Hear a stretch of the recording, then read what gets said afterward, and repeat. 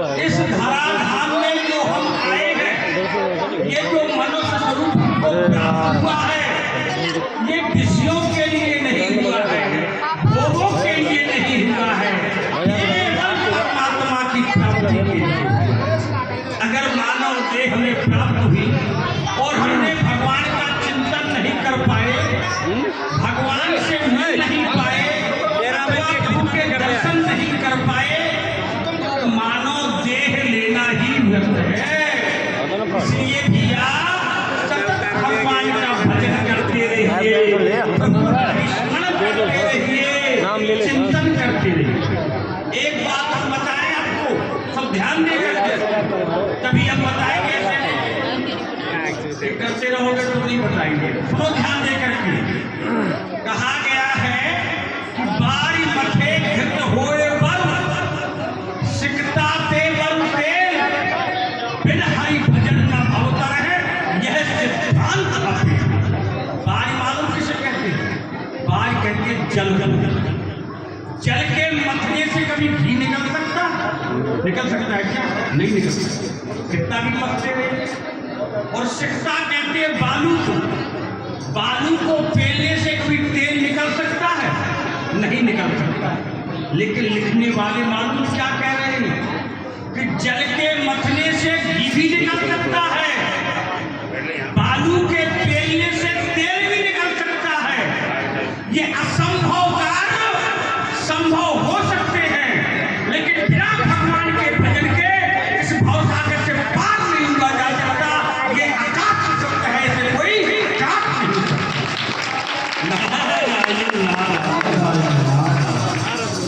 इसलिए प्रभु की इच्छा हुई है कि चले भ्रमण करके आते हैं। आज चलते हैं मंदाकिनी गंगा की तरफ। क्या हुआ है? तो आज देव ऋषि नारद जी हरे गुण गाते हुए, वीणा बजाते हुए और मंदाकिनी गंगा की तरफ पहुंचे। और वहीं पर निकलो भैया, कुबेर भंडारी के पुत्र नलकूबर मणिग्रीव, जो कि देवता है, कुबेर भंडारी के बेटे हैं, स्नान कर रहे थे। अरे भाई मणिग्रीव आओ।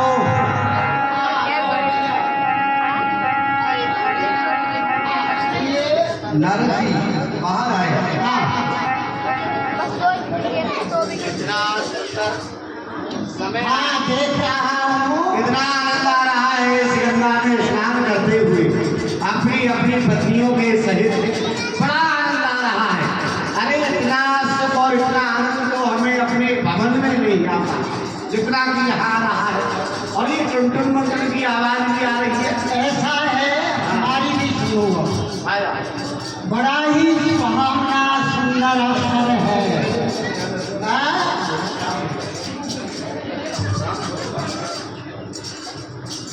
और देख रहे हैं शीतल मंद सुगंध, 3 प्रकार की वायु चल रही है। तो क्यों नहीं आज इस समय का लाभ उठाया जाए, अपनी अपनी अप्सराओं के सहित और मग्न होकर के मंदाकिनी गंगा में स्नान किया जाए। आइए आओ। तो ये इन्होंने जब नारद जी को देखा, नारद जी को देख करके हंसने लगे, उपहास करने लगे। अरे भाई मणिग्रीव देख रहे हो? इस बाबा जी को देखो, ये घंटी बजाते हुए आ रहे हैं, पूजा को बजाते हुए। देख रहा हूँ। अरे हम इसमें मग्न हैं, वो इसी में मग्न है। अरे इनके भी मन में एक बार आया क्या? कि मैं भी विवाह करूंगा। बहुत दिन हो गए इस तानपुरा को बजाते बजाते। भगवान के पास गए, श्री हरि नारायण के पास, और जाकर के बोले महाराज मैं भी विवाह करूंगा सबकी तरह से, मुझे भी विवाह करना है, मुझे आप अपना सुंदर रूप दे दो। तो भगवान ने बताया हाँ, इनको क्या दिया? क्या दिया? इन्होंने मांगा था भगवान से रूप सुंदर, हाँ, और बना दिया था इनको बंदर। अरे इन्होंने ये नहीं सोचा हृदय में मांगते समय, जिस समय भगवान विष्णु से वो सुंदर रूप मांगा था,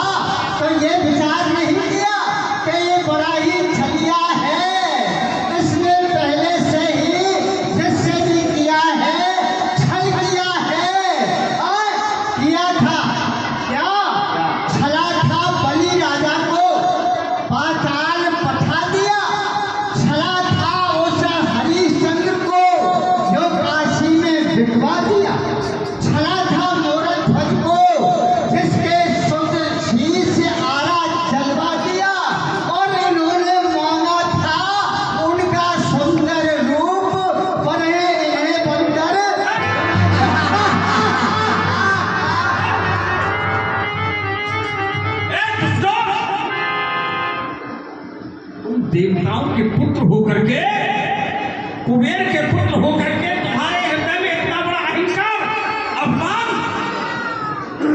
सुनो, अपने रूप का अपमान है तुम्हें। इतने अहंकारी हो गए हो कि संत को प्रणाम भी नहीं कर सकते, संत का आदर भी नहीं कर सकते। तुम जल में इस प्रकार से खड़े हो, जल की तरह। तो मैं तुम्हें श्राप देता हूं कि तुम यही खड़े हो करके जब हो जाओ, सब हो जाओ। क्षमा क्षमा क्षमा।